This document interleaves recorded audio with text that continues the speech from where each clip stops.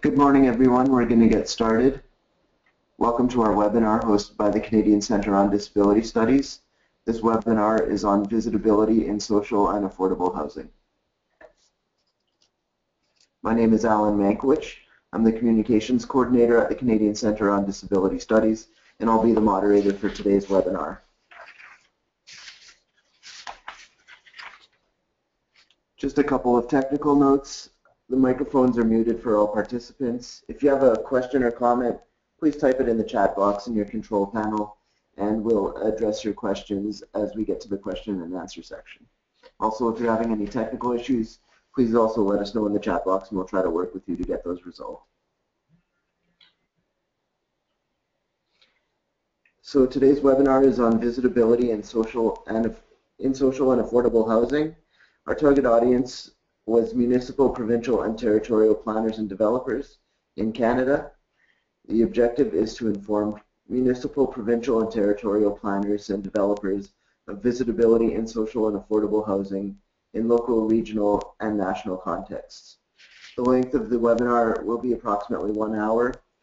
The format is as follows. We'll have some presentations followed by a question and answer session.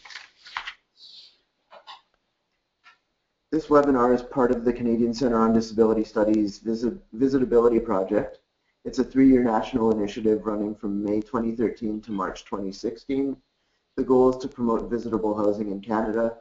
The objectives are to increase understanding of visitable housing in terms of current policies and practices, impacts, barriers, and best practices, to increase the awareness of visitable housing, and to develop and implement strategies to promote visitable housing.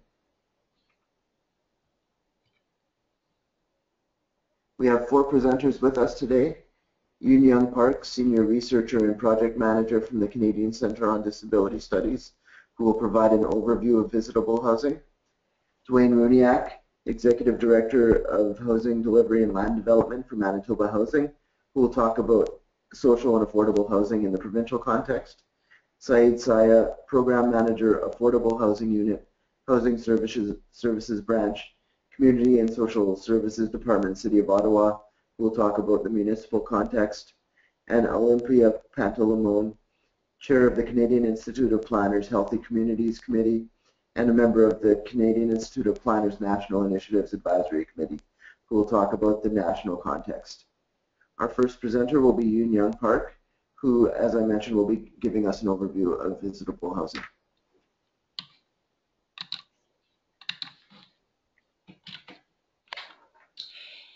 Hello.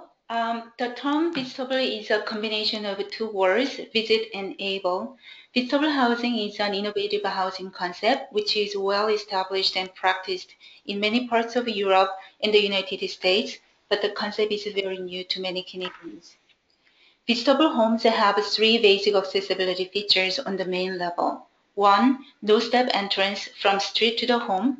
No-step entrance can be made at the front, side, or back of the house, or through the attached garage door. 2. Wide doorways and hallways on the main floor through which people who use mobility devices can enter and move around. 3. A wheelchair-accessible washroom on the main floor.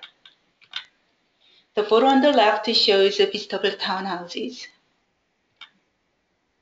In Canada, there is a lack of housing stock with basic accessibility features, and this is problematic to people with mobility challenges and the growing aging population.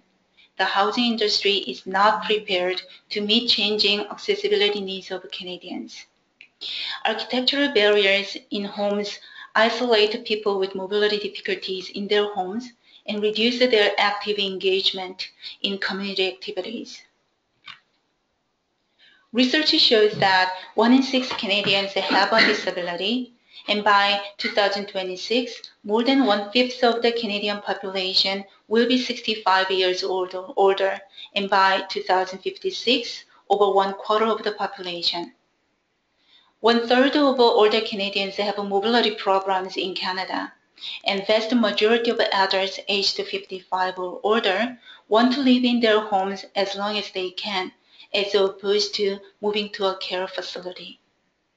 Older adults are less likely to move to an institution or care home if their homes are equipped with some accessibility features. Research also shows over 50% of falls that older adults suffer occur in their own homes. Stairs are the leading cause of serious falls among older adults who live in a home, accounting for about 1/3 of all fatal falls. When a home is built with the 3 feasibility features, the need for home renovations at a time of mobility challenges is limited, reducing costs for home renovations. In most cases, VisitAble features can be easily incorporated when building new homes for little additional costs.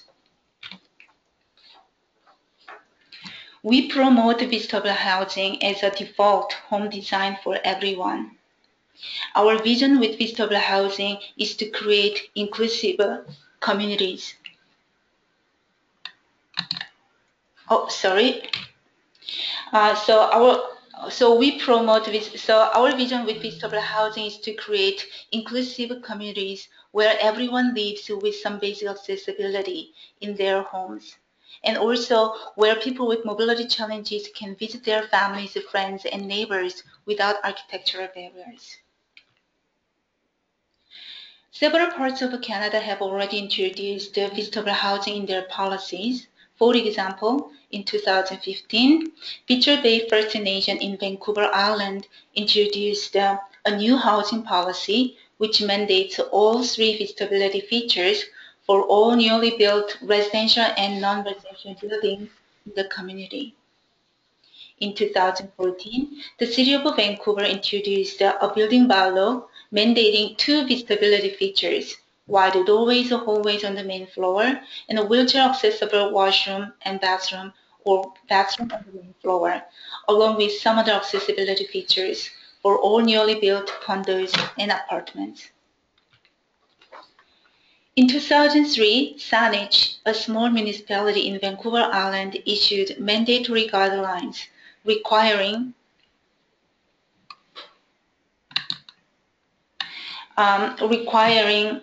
all 3 visibility features for all newly constructed apartments or condos with elevators, along with some other accessibility features.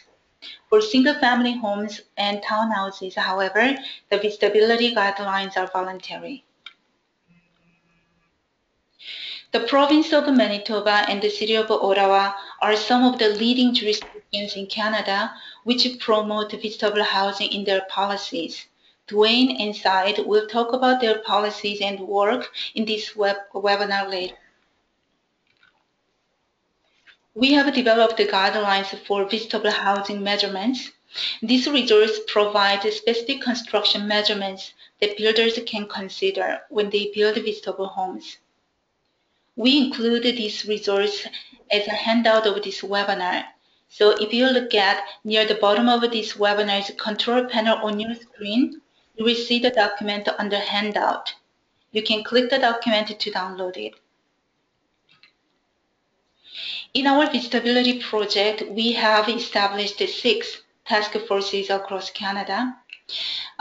British Columbia First Nations Task Force, Richmond Task Force in BC, Edmonton Task Force in Alberta, Winnipeg Task Force in Manitoba, Ottawa Task Force, and Kitchener-Waterloo Task Force in Ontario. These task forces are very knowledgeable and resourceful about VisitAble housing. We encourage you to contact the task force in your region to learn about their local work on VisitAble housing. And here are the contact information. Now, I will turn it over to Dwayne.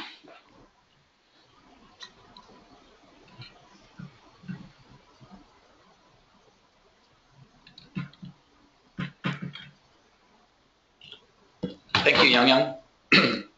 As Alan mentioned, my name is Dwayne Rewniak, and I am the Executive Director for Housing Delivery and Land Development for Manitoba Housing. And this morning I'm here to talk to you about visitability in social and affordable housing, the Manitoba Housing Experience.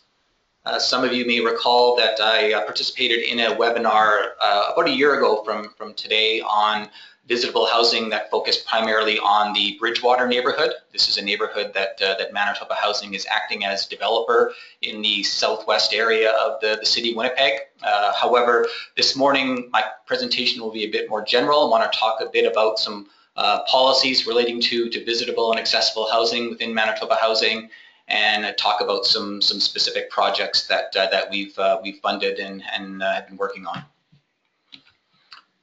So again, as far as the presentation outline, I want to provide first of all a bit of a context or background on the mandate and role of Manitoba Housing.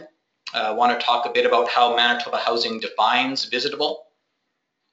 Talk about some of the renovation programs that provide accessibility.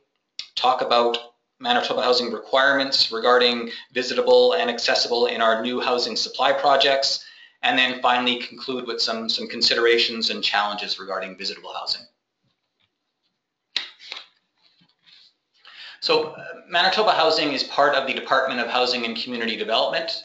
Manitoba Housing is a Crown corporation known as the Manitoba Housing and Renewal Corporation. The department has a broad mandate that includes a range of housing and community development programs and activities. As a Crown corporation, Manitoba Housing owns all provincial housing assets and is responsible for delivering social and affordable rental housing programs and repair and homeownership programs. So to give you a sense of context as far as our universe size, Manitoba Housing provides housing assistance to approximately 35,000 households through various programs throughout the province. Out of these 35,000, Manitoba Housing owns 18,200, of which 14,200 are directly managed by Manitoba Housing. The remaining units are either owned or managed by nonprofit or sponsor groups who do the management on our behalf. So now a bit of context in regards to Manitoba Housing's commitment to the needs of persons with disabilities. Persons with disabilities are a key priority group for investment under Manitoba Housing's Strong Communities Action Plan. Persons with disabilities have diverse housing needs, and Manitoba Housing is committed to promoting a range of housing options that promote accessible and visitable housing. These include requiring visitable and accessible housing units in our new housing supply projects funded by Manitoba Housing. We offer renovation programs that promote accessibility, and we are incorporating visitable housing as a key feature of Manitoba Housing's Bridgewater neighborhood in southwest Winnipeg. So this is a neighborhood where we have over 1,000, at completion of the neighborhood, we'll have over 1,000 visitable housing units, both single family and multifamily, in the Bridgewater development at completion, which I believe would make Bridgewater one of the first new housing developments in Canada to include such a large proportion of visitable housing units. Now, as far as a definition, what Manitoba Housing defines visible housing as, it's essentially a residence that incorporates visible design features that include one level, no step entrance on an accessible route, preferably from the front entrance of the home. Wider doorways and hallways with a minimum of 32 inches clear passage throughout, and a wheelchair accessible bathroom on the main floor that includes a 5-foot turning radius. So I think it's important to mention that these are just minimum requirements. Certainly we also promote other visitable design features such as lever handles on doors, raised electrical outlets and lower light switches, and pull-up space under a bathroom sink, just to name a few. And this is just a photograph of one of our single-family visitable homes in the Bridgewater neighborhood. This is a house that's on one of our back lanes, so it has a detached garage, and as you can see, the no-step front entrance. So as far as Manitoba Housing's visitable design policy, Manitoba Housing has been actively involved in researching and promoting visitable housing through various departmental initiatives. I began with the department in 2001, and I know one of the first projects that I worked on was the development of a northern model house in Thompson. And this house was meant to be a house that would be durable for the north, that would be energy efficient. It was built with structural insulated panels, but more importantly, it also included visitable design features. So it had the no-step entrance, it had the wider doorways and hallways, and it had the wheelchair accessible washroom on the main floor. So that was essentially my first introduction into the whole notion of visitable housing. But really it was around 2006 where we, I guess, reached a high point in our visitable housing design policy. This is when we commissioned a visitable housing study that essentially provided us with some tools and strategies to help advance the implementation of visitable housing in Manitoba. This was a report called Community Building Through Visitable and Adaptable Housing, and it was prepared by Lanny Silver and Hilderman Thomas Frankencram Landscape Architects. It essentially provided a number of recommendations to Manitoba Housing on how they could move forward with the visitable design policy. This paper is available on Manitoba Housing's website. So if you just go to the province of Manitoba and then to the Department of Housing and Community Development and do a search for visitable housing, you'll be able to reference that report. And it was essentially this study that led to Manitoba Housing's Board of Directors approving a visitable design policy in 2006. It's a policy that promotes the use of visitable design when Manitoba Housing is undertaking major renovations to its social housing stock. It's also a policy that has resulted in the development of accessibility and visitable housing guidelines for residential units that was adopted in 2010. So Manitoba Housing's design guidelines for new multi-unit affordable and social housing consists of the following. So in regards to our newly constructed units, all new build units must be built to visitable design standards. All new seniors housing units must be built to meet Manitoba Housing's accessible design criteria. 10% of all of our new family housing units must be built to meet Manitoba Housing's accessible design criteria. And 15% of all new housing units targeting vulnerable persons or populations must be built to meet Manitoba Housing's accessible design criteria. Now, just to give you a sense, two major province of Manitoba commitments that are directly related to us providing this new affordable housing construction is a commitment that was announced first in 2009. It's a 5-year commitment from 2009 to 2014 that saw the commitment of 1,500 new affordable rental housing and 1,500 social housing units over that 5-year period.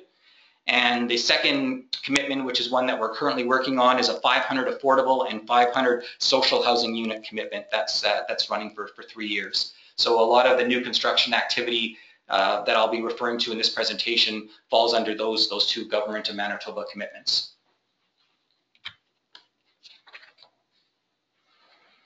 So in regards to our existing stock that Manitoba Housing owns and directly manages, our goal is to renovate 10% of these housing units to accessibility standards when performing major renovations to our own properties. So 75 units have been modified to improve accessibility to date, and that's a bit of a dated number. I think we're certainly, I think it's a 2013 number, so at this point in time we'd certainly be over that 100 unit mark. To give you a sense of the portfolio size, I referenced at the beginning of my presentation the 18,200 direct managed units. Right now, out of that 18,200 units, we have approximately 2,300 that are accessible or visitable in our portfolio. This includes 613 accessible and visitable units currently in our direct and sponsor managed portfolio. Also on the new residential construction side, since 2009, Manitoba Housing has supported the construction of 686 visitable and 372 accessible rental and cooperative housing units. And that goes back to those two Province of Manitoba commitments I referenced on the previous slide.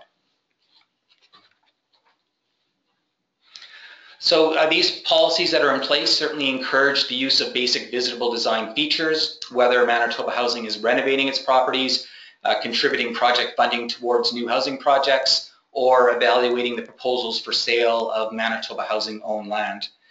Certainly we have multifamily land that the province owns in the city of Winnipeg that we've been making available for purchase.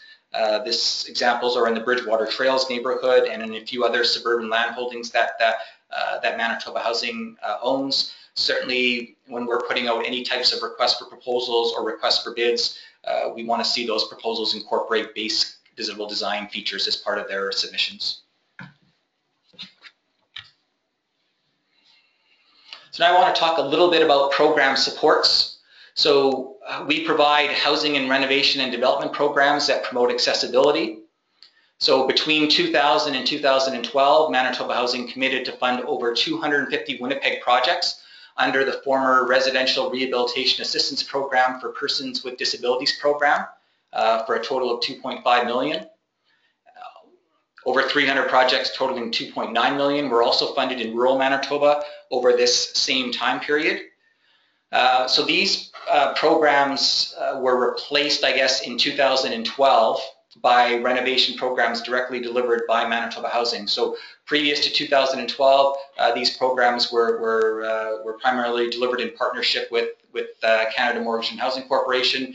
In 2012, Manitoba Housing took over the direct delivery of these programs, and they were some modifications were made. So what was previously the Residential Rehabilitation Assistance Program for Persons with Disabilities has now become the Residential Adaptations for Disabilities, or RAD program. We have funded 39 housing units totaling $500,000 for persons with disabilities in 2014 and 15, and have funded essentially over 100 units since we took over direct delivery of that program in 2012. These are essentially funding that we provide to the private market for modifications to accommodate persons with disabilities. With respect to the RAD program, it provides funding up to $16,000 in southern Manitoba and $19,000 in northern communities to again help provide modifications to accommodate persons with disabilities. I just wanted to provide some information on a couple of government-owned or funded projects that are part of our previous delivery strategies. Place La Charrette is one of our flagship accessibility projects. It consists of 37 accessible housing units. The building consists of 31 apartments and 6 ground-level bungalows. Target population is low to moderate income families. It's a partnership between Manitoba Housing and 1010 Sinclair Housing Incorporated, who manages and operates the project. And it's a project that recently won a 2015 VisitAbility Award of Excellence from Visitable Housing Canada in the multi-family unit category. It's a project that's located in the southern area of Winnipeg. It was completed in 2012, and it was a $10.7 million project that was funded jointly by the feds, the province of Manitoba, and the city of Winnipeg. And the next slide just shows you what here's the apartment style part of the project that I had mentioned. And this is also the same project. Here's an example of a barrier-free courtyard and a playground beside the apartment and one of the bungalows in the project. Also wanted to reference a project in the northeast part of Winnipeg. It's a new 45-unit apartment complex for families and individuals with mental health need in northeast Winnipeg. It's called Concordia Village 4. It consists of 41 visitable housing units and 4 accessible units out of that 45-unit total.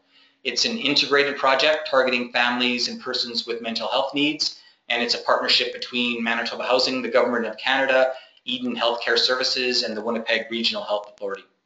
And it's a model where Eden Healthcare Services provides on-site support services for the mental health, for the individuals with mental health needs.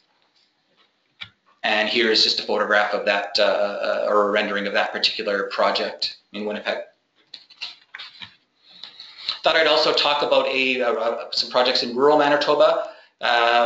In Icelandic River Lodge, this is a project in Riverton, which is a town located about 130 kilometers north of Winnipeg. It includes 2 phases. Phase 1 is a 19-unit new residential building that includes 19 housing units, all which are fully accessible. Its target population is low to moderate income seniors. Phase 2 of the project will also include 19 housing units, including 9 new supportive housing suites, and all housing units will be visitable, and the 9 supportive housing suites will be fully accessible. And so this just shows you a photograph of Icelandic River Lodge. The building you can see is phase 1. That's the new build that I talked about. And I guess the interesting thing about this project, you can see a small building just to the right in the photograph. This is the existing building. Originally, the intent was to renovate and have that be incorporated as part of phase 2 of the project. However, it was determined that the renovation wasn't economically feasible, so it was decided that phase 2 would consist of a new build as well, and that construction is now just recently underway. So now I just want to conclude with some considerations or challenges. So certainly one of the reasons why Manitoba Housing in the province of Manitoba is such a huge supporter of visitable housing is the fact that it certainly provides easier access for everyone, whether it's aging parents, families with children, persons with mobility issues, provides an opportunity to age in place and less need for moving later in life. These are items that Young referenced in her previous presentation. Provides economic sustainability. It reduces costs associated with home renovations, which can be quite expensive after the fact if these design considerations are not taken into consideration right from the onset.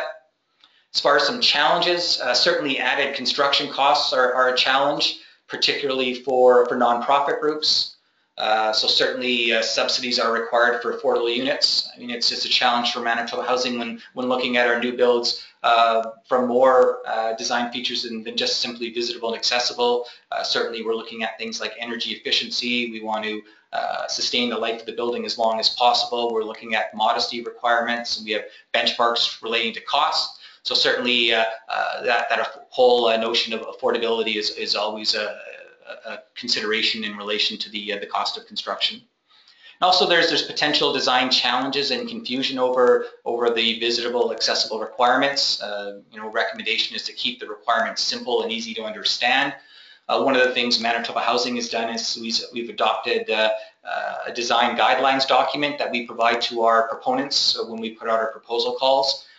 This design guideline basically sets out the minimum requirements that we ask as far as items like visitable, accessible, energy efficiency, unit sizes. So it provides proponents with upfront with so they have a better understanding of what our minimum requirements are going into a new housing project.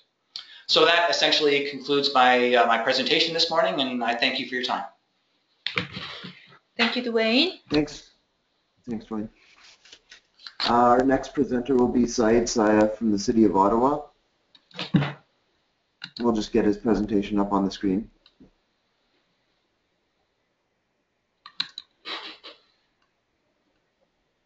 And go ahead when you're ready, Saide. And just a reminder to everyone, if you have questions for the presenters, please type them in and we'll address them during the question and answer session.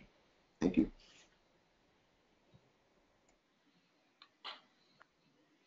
Okay, I think I'm muted now. Thanks, Alan. My name is Sayah. I'm the Program Manager of the Affordable Housing Unit in the Housing Services Branch with the City of Ottawa. And what I want to do today is just walk you guys through our experience over the last 8 years or so with respect to providing visitable housing within our affordable and social housing portfolios. So it's a very high-level snapshot, and I'll try to keep things concise as possible. So first, to give you a quick overview here, I'll tell you a little bit about the Housing Services Branch, what our responsibilities are. We'll look at accessibility needs on the City of Ottawa's centralized waiting list for affordable and social housing. And then we'll discuss our visitability and accessibility standards for affordable housing in the City of Ottawa. And I'll walk you through some projects that we've funded over the last 7 years and share some of our challenges and opportunities with you. So with respect to the Housing Services Branch, I always like to start my presentation with our vision and mission statements. And that is, we look at ourselves as a city of caring communities where everyone has a place to call home. And our mission is where we work with our partners to strengthen Ottawa's system of housing and supports to promote a vibrant, inclusive, and sustainable community. And I just want to stress the word partner here. All these projects I will show you are developed by our partners. The city funds and facilitates affordable housing, but we do not own and operate. It's really our partners that make these projects happen, and they're the ones that have been really committed, on this journey with us, and really committed to providing visitable and accessible housing in the city. So very quickly, the Affordable Housing Unit, we're a very small unit. We're about 6 staff, so nestled in the City of Ottawa Social Services Department. And our main objective is to advance the city's 10-year housing and homelessness plan. We do this through working with external partners to facilitate the development of new affordable housing. When I talk about affordable housing, I'm really talking about subsidized housing and or supportive housing. That's housing with supports for persons with addictions or mental health issues. And since 2005, we've built approximately 1,000 or funded approximately 1,373 units. So why visitability? Why is Ottawa looking at creating more visitable neighborhoods? Well, first of all, we've got a growing seniors population. It's very significant in the city, and we are trying to encourage communities and developers to provide, communities that allow people to age in place. Secondly, the Accessibility for Ontarians with Disabilities Act. This is creating a lot of requirements in the future on Ontario communities. And in Ottawa, we've developed our own accessibility design standards, and we're trying to use these guidelines to help educate the private sector. And when I talk about the private sector, I'm talking builders and all the trades on the merits of providing accessible and visitable housing. Also, the provincial policy statement in Ontario at the provincial level does provide a framework where we look at, again, providing healthy, livable, and safe communities, and we want to provide a mix of housing types as well to promote the health and well-being of all of our residents.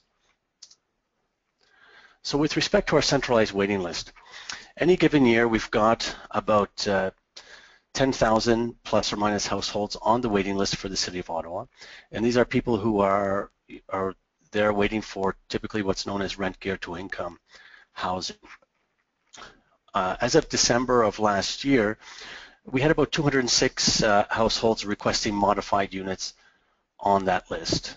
And the median wait time for a household waiting for a modified unit or a barrier-free unit is about 7 years.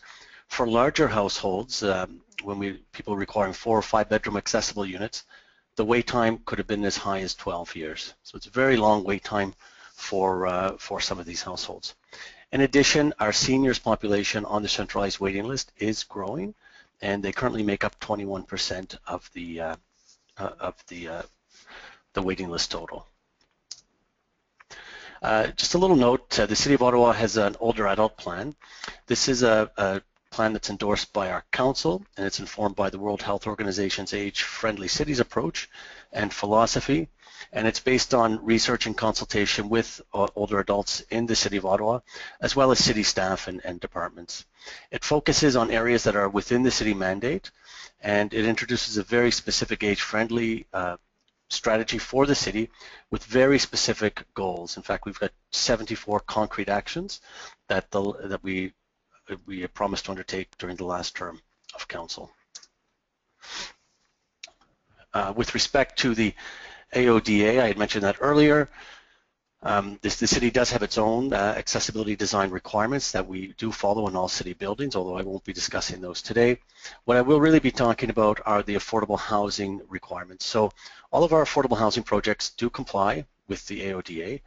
And on that note, we ensure that a minimum of 10% of new buildings provide units that are barrier-free.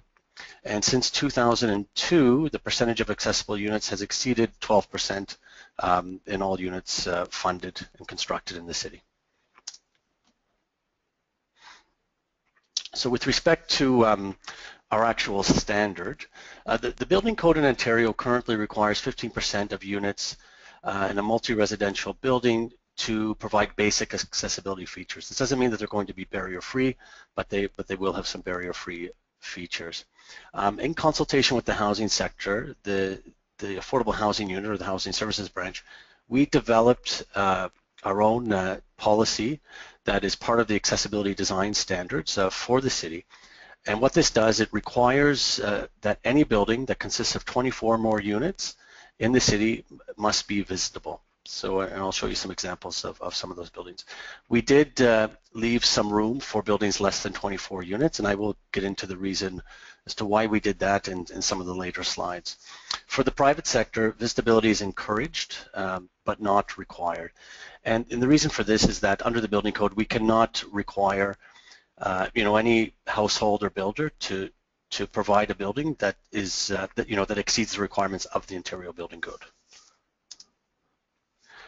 So this is probably the first project that I had experience with in the city. It started back in 2007, and this was a 16-unit townhouse development in our East End community of Orleans, where we were the original proponent here. It was Cumberland Housing, had planned to provide 16 visitable units. One of the biggest challenges we had early on with the visitable criteria, especially for townhouse development on limited land, was stormwater management. In this particular case, it was very difficult. We had lots of arguments with the engineering branch here in the city, and we ended up with this. I think I hope you could see my mouse as I move it on the screen. But in this particular case, we've got a 5-bedroom wheelchair accessible unit, and you could see there's 2 doors. We were forced to raise the building by 3 steps, as you could see here, which eliminated the whole visitability access. And because of that, we are providing internal lift in this part of the townhouse development, so that the individual that is in the wheelchair would be able to access the resident. The other units, some units might have 1 step or better access, but on the site, what Cumberland Housing has done is provided a ramp so that if anybody in a wheelchair needs to access the units, the ramp is there, and they could put it in front of the step to visit that home. So even though this wasn't a success, it was a very serious lesson learned on our part, and one of the challenges we have with some constrained sites around our stormwater management requirements and our policy to promote visitable housing. So let's go to the next slide. With respect to seniors housing, we've constructed 3 seniors projects in the last 7 years. I've got 2 examples here of 2 of the projects. With this type of building, it's much easier for us to provide visitable units. These are apartment buildings. We've got space for wider hallways, and it's much easier for the at-grade access. This is the second project. So the first one was with Pearlie and Rideau Veterans Healthcare. This is with Briere Continuing Care in the East End of the city. So again, the units are all visitable, and they do have various accessibility features as well. This is an example of an inner city infill project. This project is Cornerstone Housing for Women.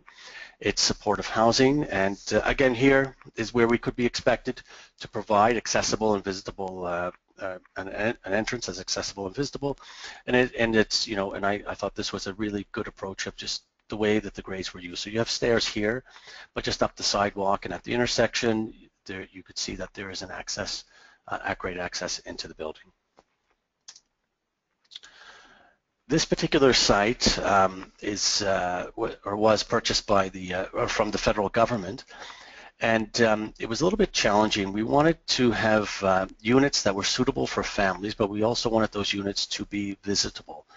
So what you see is a podium at the base of an apartment building where we have 4-bedroom apartments, which are all accessible.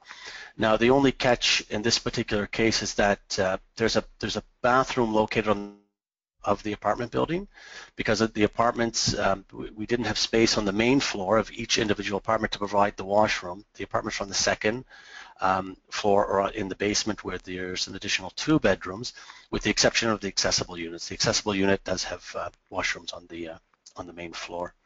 But again, this was one of the unique challenges we had with this particular site and the massing of the building. This project will be our sort of, well, this here particular project is quite a challenge for us, and we're proceeding with it.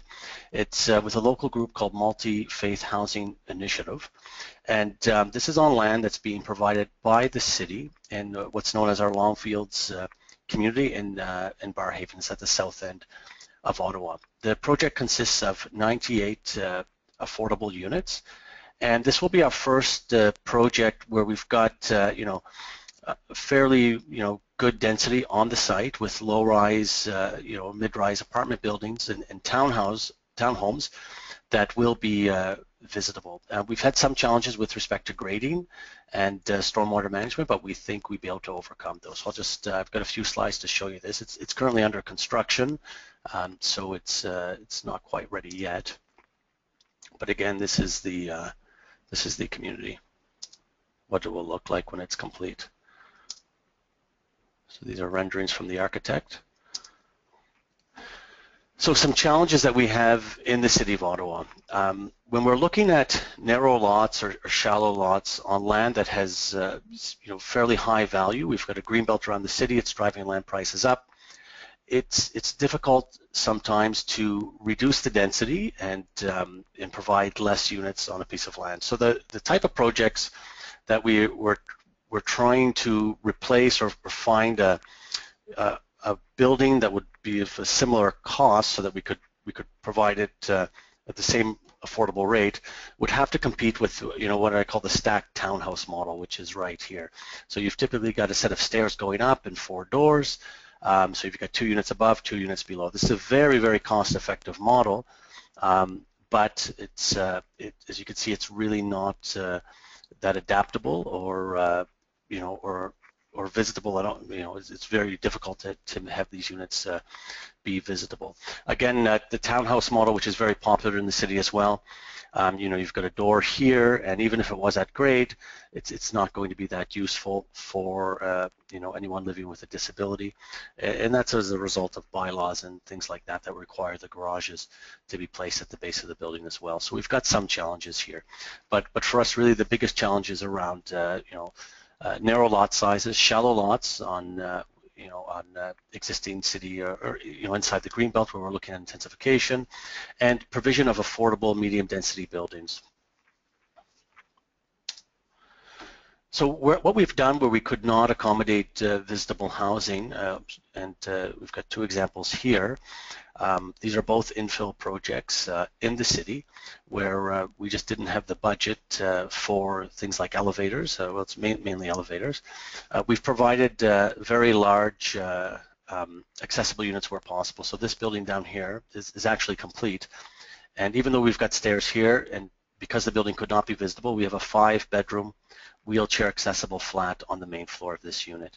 And that goes to one of those households that's been waiting for many years, or is actually in the family shelter waiting for an accessible unit. Another example here is this renovation project on Crichton Street in the city.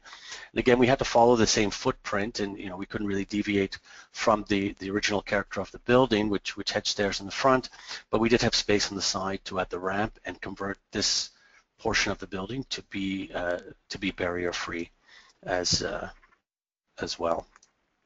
So that really is just a very quick overview of sort of some of the low-hanging fruit, and for example, the seniors buildings where it's quite easy to provide the visitable units, and then some of the more challenging situations and how we're dealing with them with respect to visitability and accessibility. I'm just ending on this slide. I didn't talk too much about the housing services branch, but we do provide housing for a very broad range of residents in the city, and it ranges anywhere from the homelessness shelter system to home ownership down payment assistance programs and pretty much everything in between. So that concludes my presentation. I'll just hand it back to you, Alan. Okay, thanks very much, Said. As we mentioned, we'll have time for questions at the end, so please, a reminder to just type them into the chat box. Our next presenter will be Olimpia Pantelimon, and she'll be speaking about visibility in social and affordable housing and giving us more of a national look. Whenever you're ready, Olimpia, go ahead. Sure. Can you hear me? Yeah, we can hear you. Okay, sounds great. Well, first of all, I would like to thank you very much for inviting me to join these wonderful presentations we've had so far. So, as mentioned, my name is Olimpia Pantelimon. I'm the chair with Healthy Communities Canadian Staff Planners Committee. And I would like to highlight a little bit our initiatives that relates to housing and a number of other trends as visitability and aging in place. So first of all, just a quick question. How many planners do we have in the audience? Can we have them raising hands? Olympia, I don't think we use raising hands function in this webinar. Sorry. No problem then. I just wanted to understand how broad or how much do I need to outline some of the features I've prepared.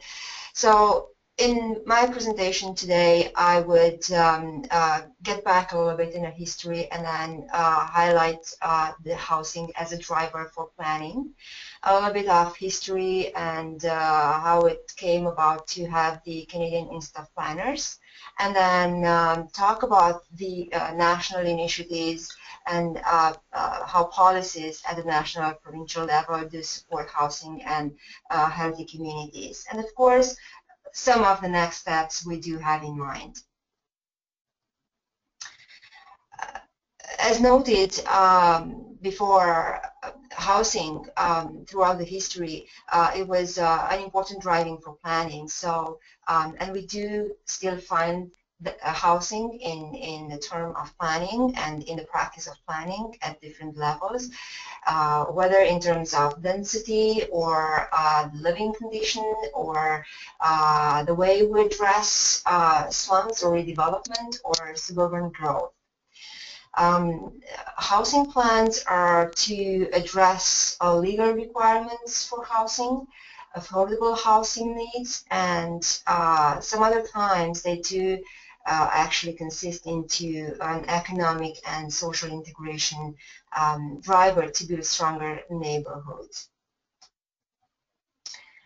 Planning, as we all know, is an act of functional and rational balance.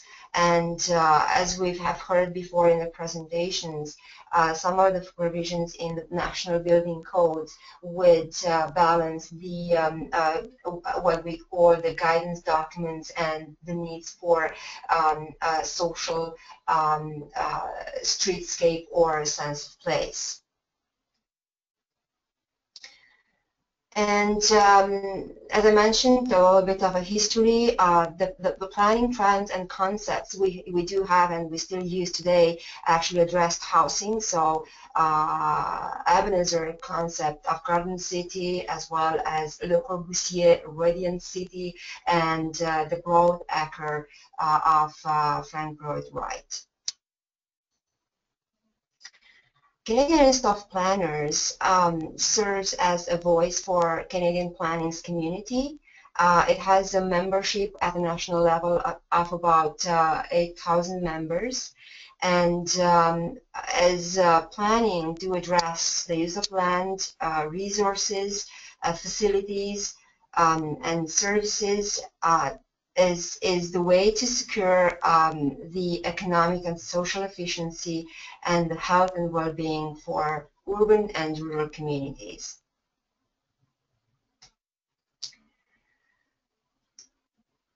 This slide highlights a little bit how roles and responsibilities are split in between different governance bodies at the federal, provincial, and municipal level.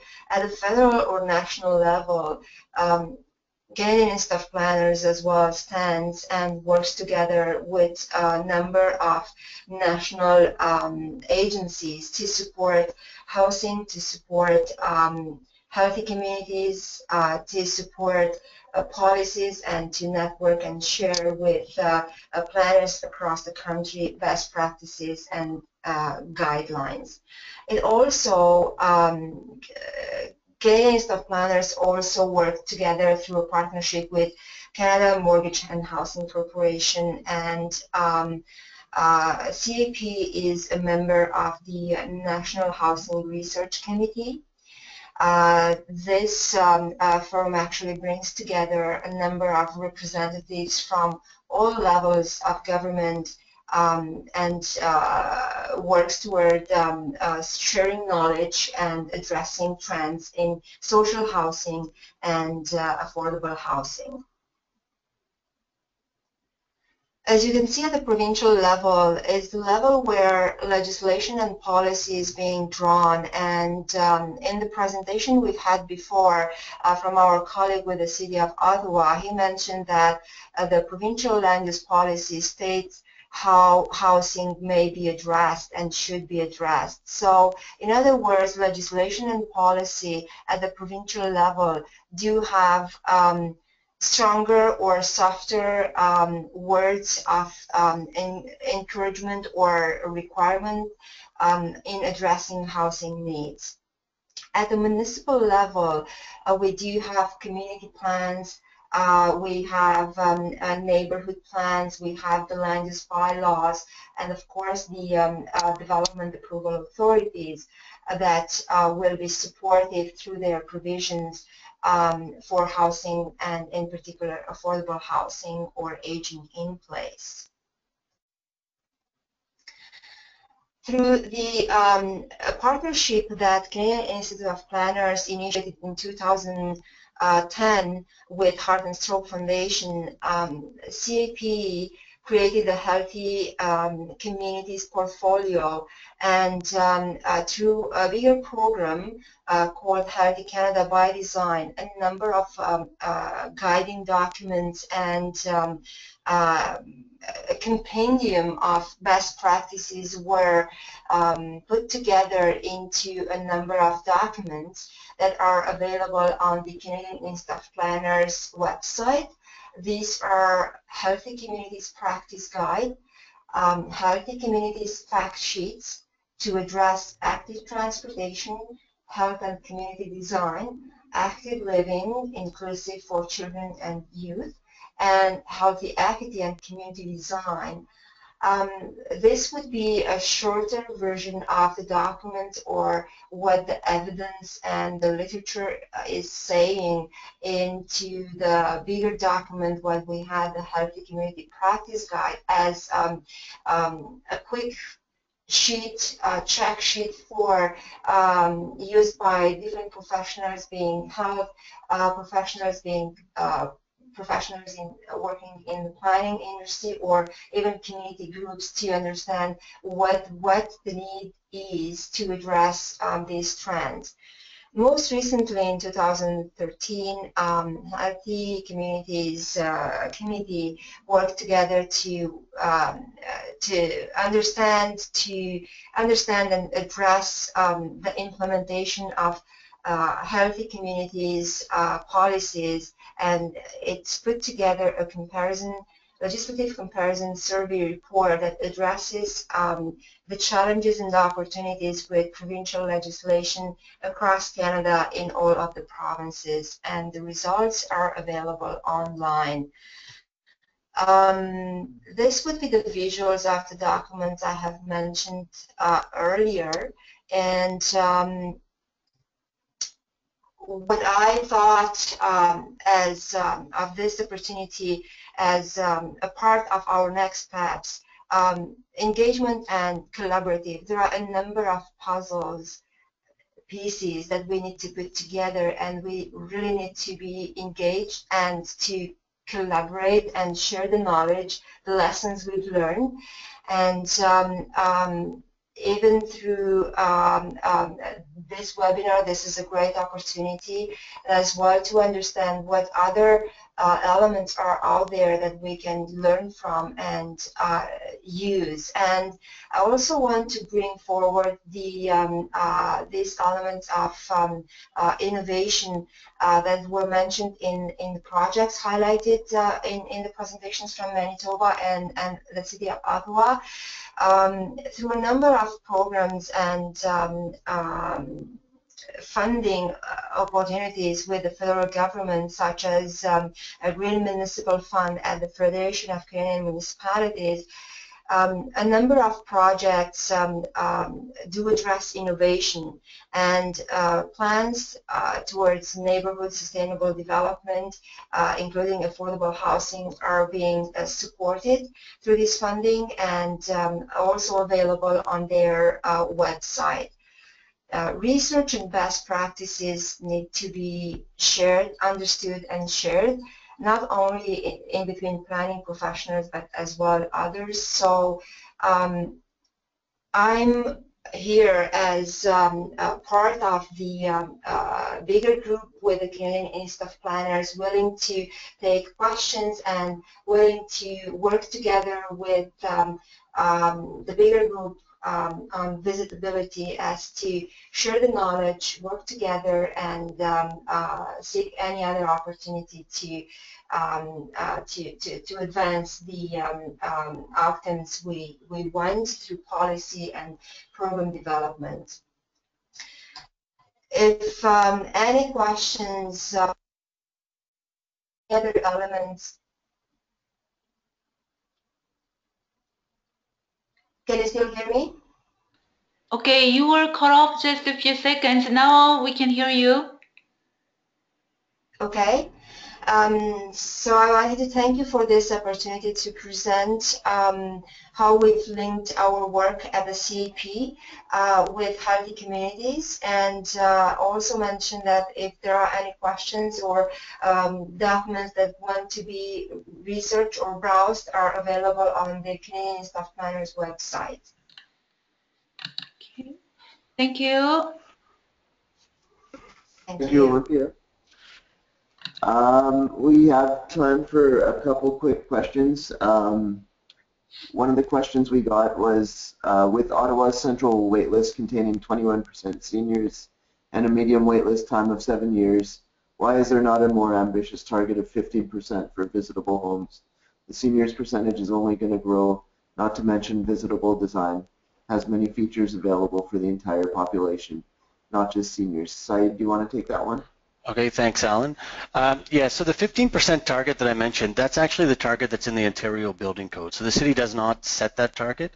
With respect to what we fund, we try to ensure that every unit is as visitable as what would be practical. So under certain circumstances, we would not require every unit to be visitable. But typically when we build, any apartment building, we look for, we ensure that most, if not all, units are visitable there. And if I think about the entire portfolio, in the city that's been built since, let's say, 2002, I would say at least 75% is visitable. So it's being not visitable is the exception now. And with respect to seniors, we do have other programs that assist seniors and provide subsidies and funding for modifications to their homes so that they can age in place. So there are a number of other programs that we do have, and we do fund senior-specific communities as well under our capital programs. And the seniors buildings are all visitable with, typically with enhanced accessibility features as well. Okay, Hopefully great. Okay. Yeah. Okay, another question. To your knowledge, is there any discussion or appetite to require visitable features in all homes under the National Building Code? One of you kind of alluded to that, but if one of you cares to elaborate, that would be great.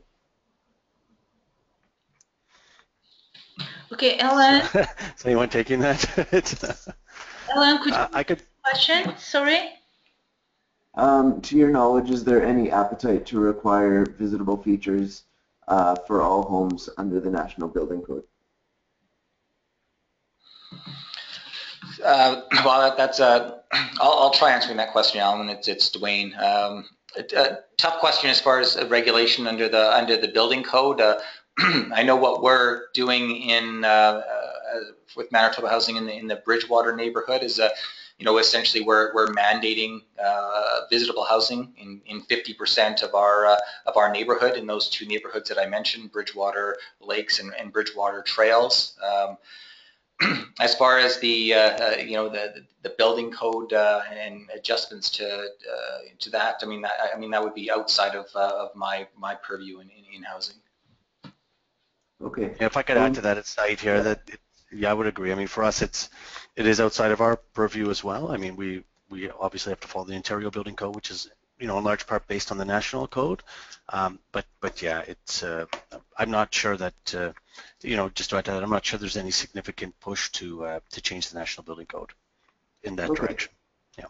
Okay, I'll just add one more thing. There has been a code change request submitted to the National Building Code Committee. It's code change request number 964, and the executive committee is meeting December 15th and 16th to review that request, or to start reviewing that request.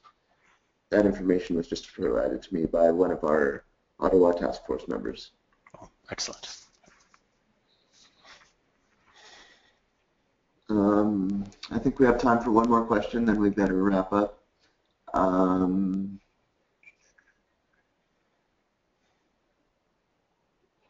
Well, Dwayne, you mentioned something about the Northern Model Home. Is there a report or any literature on that? Yes, there is, Alan, and it's something that I can make available to you for those who are interested in finding out more about that particular Northern Model House. It started off as a model house in Thompson, and then we replicated that model in certain northern communities in, I think, Bowden, Camberville, and Duck Bay, which are three small northern Manitoba. Okay, great. So those of you on the webinar who are interested in material, please provide your email address on the feedback survey, so we will make sure that you receive the material. Mm-hmm. Yeah, and we can make that available on our website as well. I think that's all the time we have today, unfortunately. If you did have any other questions, you can contact the project team. Our contact information is available at visitablehousingcanada.com. Just a reminder, you'll be prompted to fill out a feedback survey once you close your webinar window. If you'd like copies of the presentations you saw today, please provide your email address in that feedback survey. Thanks for everyone for attending, and have a great day.